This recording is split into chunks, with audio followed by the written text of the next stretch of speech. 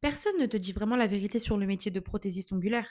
Et pourtant, beaucoup arrêtent à cause de ces choses. Hello, moi c'est Tiffaine, prothésiste ongulaire depuis plusieurs années. Aujourd'hui, je vais te dire toutes les vérités sur ce métier avant que tu décides de te lancer. Je vais te donner mes meilleurs conseils en 5 points pour que tu puisses te lancer sans te faire de faux espoirs et par la suite exceller au mieux dans ce métier. Si le concept de ma chaîne te plaît, n'hésite pas à t'abonner et on est parti pour la vidéo. Premier point, l'entraînement. Ce métier ne s'apprend clairement pas en 2 semaines. Il faut des mois, parfois des années pour comprendre les matières, les techniques, les erreurs, les corrections. Au début, on a très souvent des résultats qui sont loin d'être incroyables et c'est totalement normal. Sauf que le souci qui se pose, c'est qu'il y a beaucoup de monde qui abandonne à ce moment-là. Elles pensent qu'elles sont pas faites pour ça, elles pensent qu'elles sont pas assez douées, alors qu'en fait, elles ont juste pas assez pratiqué et elles se sont juste pas assez entraînées. Pour vous donner un exemple simple, quand vous allez à la salle une fois, 2 fois, 3 fois, c'est certainement pas en 3 entraînements que votre corps va devenir sculpté. Il va falloir attendre plusieurs entraînements, plusieurs mois. C'est exactement la même chose avec les ongles. Pratiquez, pratiquez, pratiquez. C'est comme ça que vous performerez. En numéro 2, je mettrai la clientèle et la publicité. Avoir une clientèle, ça ne tombe pas du ciel. Ça prend des mois, voire des années. Au début, tu postes, tu publies, tu partages ton travail, tu te fais de la pub. Et malgré tout ça, il n'y a pas de résultat. Je sais que ça peut être décourageant. Il y a beaucoup de personnes qui se disent, OK, je suis pas assez douée,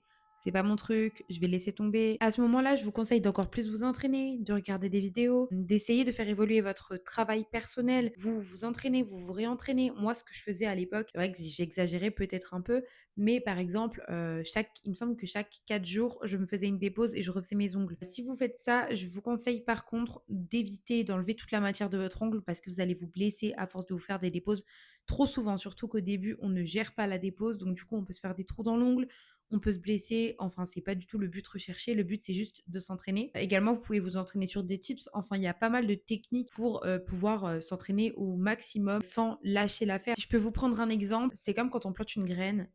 On n'a pas la récolte le lendemain. En général, ça prend des semaines, voire des mois afin de pouvoir récupérer ce que l'on a semé. En numéro 3, je mettrais le matériel. C'est super d'aller sur des sites et d'acheter du matériel qui est beau, d'acheter des produits roses, du matériel qu'on a vu sur TikTok, sauf qu'il faut savoir que chaque produit a une utilité et on ne peut pas s'en servir de n'importe quelle manière. Il faut savoir aussi que tous les produits ne vont pas ensemble. Par exemple, un primer acide et une base acide vont faire l'effet inverse de ce que vous recherchez, alors que vous vous dites oh mais je mets du primer, je mets de la base, je ne comprends pas. Oui, sauf que les deux ont de l'acidité, donc au final ça va pas le faire. Par exemple, si vous décidez de faire un gainage, en règle générale, ce qui est recommandé pour un gainage, c'est une rubber base parce que c'est une matière qui est flexible et qui s'adapte à la forme de ongles. Après, bien évidemment, je vous conseille d'aller vous renseigner suite à ça, de vous renseigner concernant les matières. Maintenant, vous avez ChatGPT qui est là pour ça et qui peut vachement vous aider, vous donner des explications, etc. Il y a aussi Internet qui existe, donc renseignez-vous, formez-vous, c'est très important. Si on mélange n'importe quelle matière ensemble, n'importe quel produit,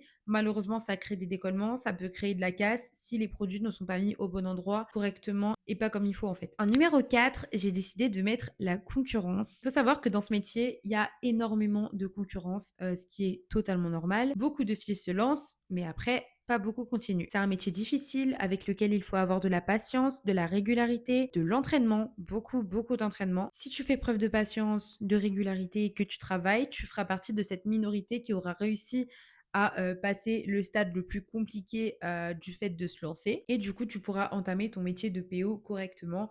Donc, c'est-à-dire avoir ta clientèle, gérer tes matières correctement, avoir ton planning qui se remplit, etc., etc. Selon moi, la différence, elle se fait pas grâce au talent, elle se fait grâce à la constance. Il faut être discipliné et régulier. Il faut pas simplement être motivé parce qu'il y a des jours où forcément on sera démotivé.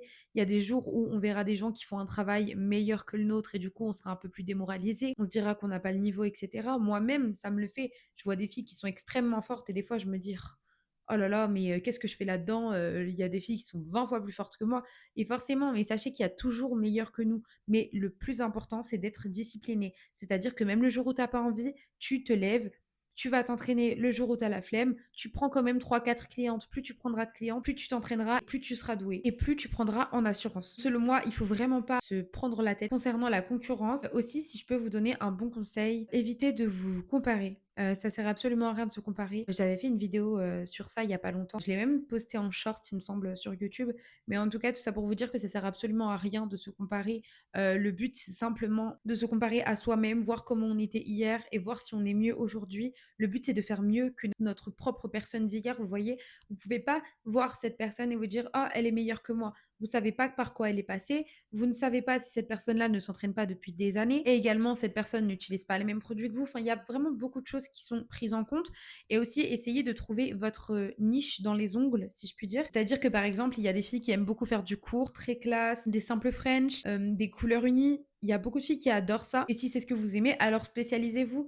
Et c'est pour ça que selon moi, il n'y a pas vraiment de concurrence entre nous parce qu'on fait toutes des choses différentes et je trouve qu'on a toutes un art différent. C'est comme ça. Il y a des filles qui adorent faire du long. Il y a des filles, par exemple, qui font simplement des capsules américaines parce qu'elles aiment le nail art et qu'elles veulent se spécialiser dans le nail art. Et c'est totalement OK. Ne vous comparez pas. Voyez simplement où vous en êtes dans votre propre évolution. Comparez-vous à vous-même, la personne que vous étiez hier, et voyez ce que vous pouvez améliorer sur vous-même. Et ce sera votre meilleure manière d'éliminer la concurrence. Cinquième point, et selon moi le plus important, c'est un point qui me tient vraiment à cœur. J'avoue que je vois beaucoup de choses sur les réseaux et je trouve ça vraiment dommage. Je pense que c'est quelque chose qui n'est pas assez expliqué. Selon moi, c'est quelque chose qui devrait être expliqué dès les premières formations, afin d'éviter que les filles s'éparpillent. Donc en fait, le point, c'est ne pas s'éparpiller, tout simplement le titre de ce point. Du coup, pour vous faire un topo, je vois beaucoup de filles, quand elles débutent les ongles, elles se rendent compte au bout de quelques mois qu'elles n'ont pas assez de clientèle, que ça fonctionne pas comme elles voudraient, qu'elles ont quelques trous dans leur planning et du coup, il leur vient une merveilleuse idée, proposer d'autres prestations. Elles se disent qu'elles vont se former, essayer d'autres choses, essayer de faire, je sais pas, les épilations, le brow lift, plein de choses comme ça, des extensions de cheveux, des strass dentaires, etc., etc. Alors en soi, effectivement, ça va combler le planning forcément et c'est obligatoire. Plus vous ouvrez de prestations, plus vous touchez de monde. Mais selon moi, il y a un énorme problème derrière ça et c'est le fait de ne pas se spécialiser. Vous remarquerez que les personnes qui excellent le plus dans leur domaine sont la plupart du temps des gens qui sont spécialisés. Si je peux vous donner un exemple, prenons un joueur de foot, Ronaldo. Il est excellent. Pourquoi? Parce que depuis 2002, il tape dans un ballon. Il ne tape que dans un ballon depuis son plus jeune âge. Il faut savoir que par exemple, si on compare Ronaldo à Messi, Ronaldo n'est pas forcément né avec le talent que Messi a. Cependant, Ronaldo, il s'est bougé, il s'est entraîné encore et encore et encore sans jamais changer de domaine. Il s'est pas réveillé en matin en se disant: «Oh, le foot c'est sympa, mais bon, ça marche pas pour l'instant, donc je pourrais essayer de faire du tennis de table». Non, il n'a pas fait ça. Il a continué, continué, continué et aujourd'hui, c'est l'un des joueurs les plus forts au monde. Tout le monde connaît Ronaldo. Il excelle dans son métier tout simplement parce qu'il n'a pas lâché et qu'il n'a pas essayé de s'éparpiller. Selon moi, c'est exactement pareil pour les ongles. Vous pouvez pas devenir excellente si vous vous éparpillez. Malheureusement, le souci, c'est que votre temps sera divisé par deux. Par exemple, moi, qui ai 5 clientes dans la journée, je m'entraîne 5 fois. Une prothésiste ongulaire qui a 2 clientes pour les ongles et 3 pour le bro lift, elle a 2 fois moins d'entraînement que moi.